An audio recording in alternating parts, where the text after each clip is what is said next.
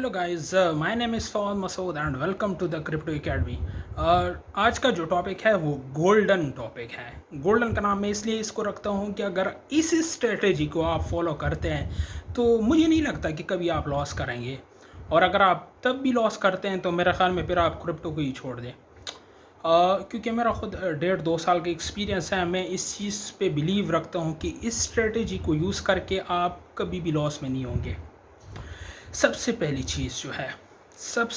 चीज़ जो है, beer market holding के लिए नहीं है, होल्डिंग के लिए नहीं है। Holding and holding means that you are keeping the asset for yourself, कि बस मार्केट जा रही है मैं इसको रखता हूँ। नहीं, मार्केट आपकी डिक्लाइन नीचे की तरफ जा रही है, तो इसमें वही बंदे प्रॉफिट में चल रहे हैं जो कि शॉर्ट ट्रेड्स लेते हैं, जिसे हम डे टाइम ट्रेडिंग का नाम देते हैं। आपको पता होगा कि मार्केट किस बेस पे काम करता है, सपोर्ट एंड रेजिस्टेंस पे। दूसरी इम्पॉर्टेंट चीज़ है एक कॉइन को होल्ड करना, कभी भी ना करें। ठीक है, फंडामेंटली या टेक्निकली स्ट्रॉन्ग कॉइन को तो होल्ड कर लो, लेकिन 3 से 4 या 5 या तकरीबन 7-8 कॉइन्स आप अपने फेवरेट लिस्ट में रख दो। फिर उसमें देखो, जिस कॉइन में पंप आता है ज़रूर पंप आएगा, बियर में भी ज़रूर पंप आता है। अगर आपका बिटकॉइन थोड़ा सा पंप हो जाए तो एक आध कॉइन्स जो है वो ज़रूर पंप करते हैं। ठीक है, जिस तरह मैं आपको मिसाल लूँ, ANC, जो जितने वोलेटाइल कॉइन्स, एक तो स्कैल्पिंग का नाम अगर आपने सुना होगा, स्कैल्पिंग करते हैं वो एक अलग चीज़ है, ट्रेडिंग करते हैं वो अलग चीज़ है। Scalping means without any knowledge you are just like doing kind of a trading, ये भी एक किस्म है ट्रेडिंग का, लेकिन इसमें एक ख़ास लेवल पे, मतलब 2 से 4 तक की वो कैंडल जाता है, 2 से 4 तक, फिर 4 से 2, फिर 2 से 4, फिर तो लोग शॉर्ट इंटरवल में, छोटे छोटे इंटरवल्स में उससे बेनिफिट लेते हैं। लेकिन ट्रेडिंग का जब नाम आता है तो ट्रेडिंग का मतलब ये है कि आप प्रॉपरली किसी सपोर्ट एंड रेजिस्टेंस को फॉलो कर रहे हैं। अगर आप सपोर्ट एंड रेजिस्टेंस को फॉलो कर रहे हैं तो इसका ये मतलब है कि you are doing a proper practice, you are doing a proper crypto trading. This means that कि जब भी आप एक दूसरी इंपॉर्टेंट चीज़ मैं बता दूं, दूसरी इंपॉर्टेंट चीज़ यह है कि एक दफ़ा कॉइन पंप हो जाए उसको बिल्कुल भूल जाओ, उसको बिल्कुल भूल जाओ, सिरे से भूल जाओ कि इसको मैंने परचेज, चाहे आपको प्रॉफिट ही हो, आप उसको कंप्लीटली भूल जाओ।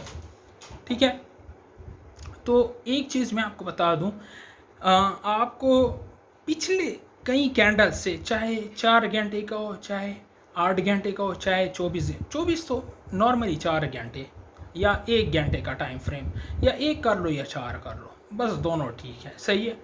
आप इस तरह कर लें कि बाइनेंस को खोल दे, कंप्यूटर के लिए बैठ नहीं सकते, आप बाइनेंस को खोल दे, अंदाज़न आप कर सकते हैं, आप बेशक ना ड्रा करें, अंदाज़न आप बाइनेंस को खोल लें। ठीक है, 4 घंटे या 1 घंटे के टाइम फ्रेम पे आप देख लें कि कॉइन किस लेवल तक पंप हो चुका है। मिसाल के तौर पर लूना अब चल रहा है 2.44 पे, सपोज़ 2.74 तक ये गया था अभी तकरीबन 4-5 घंटे पहले, तो मैं ये एक्सपेक्ट कर सकता हूँ कि 2.74 पे रेजिस्टेंस है जिसके ऊपर इसको रिजेक्शन मिल के कॉइन नीचे आया है।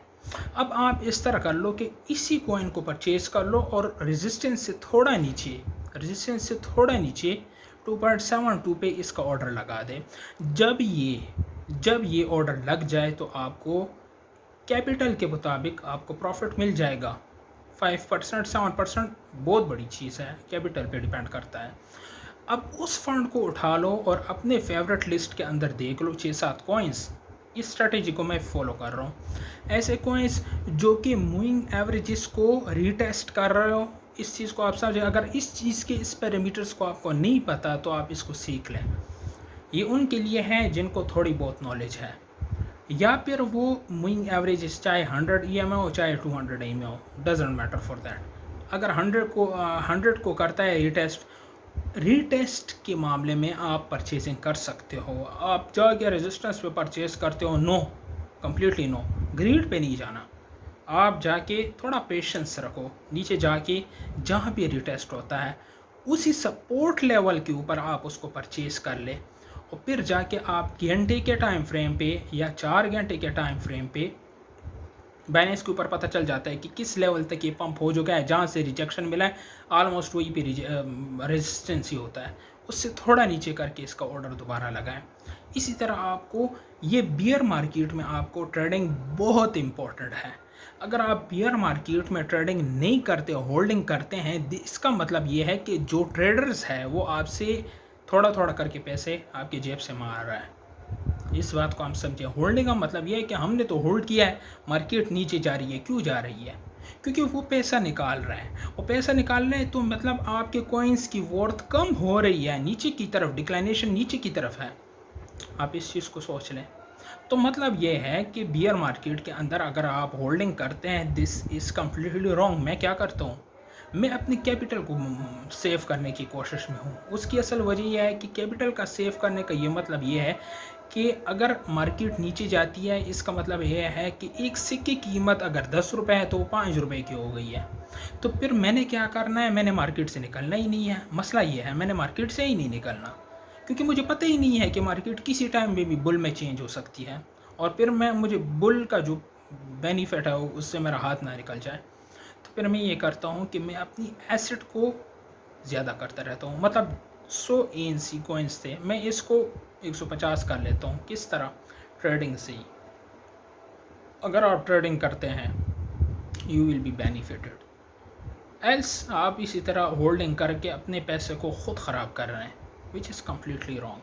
तो आप इस चीज़ को, इस स्ट्रेटजी को, और बजाय आप किसी